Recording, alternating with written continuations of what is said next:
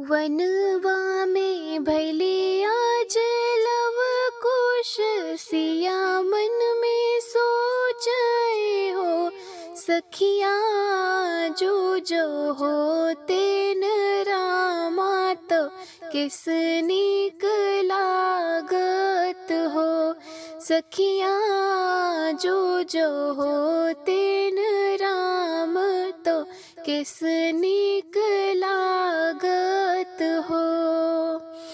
घर घर बाजत बधैया, तो घर घर सोहर हो। सखिया वही राम जी के तू लड़कवा, जंगल बीच जन्मा हो। ललना रे वही राम जी के तू लड़कवा, जंगल बीच जन्म्या हो। राम जी कनवा जो सुनते, तो मंगल गवाते हो।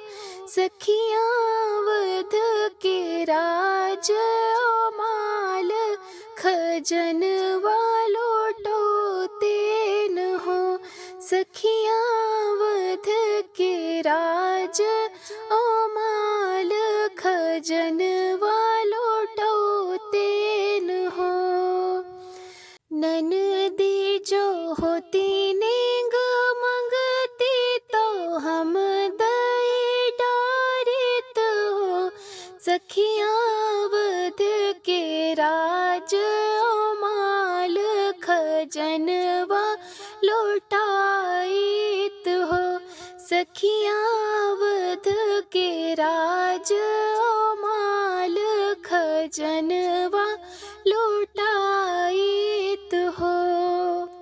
भैला करमवा के हीन, केहू नाही आगे पीछे हो। बेटा तरे बाटे धरती बिछोना, ऊपर नभ उड़ना हो। बेटा तरे बाटे धरती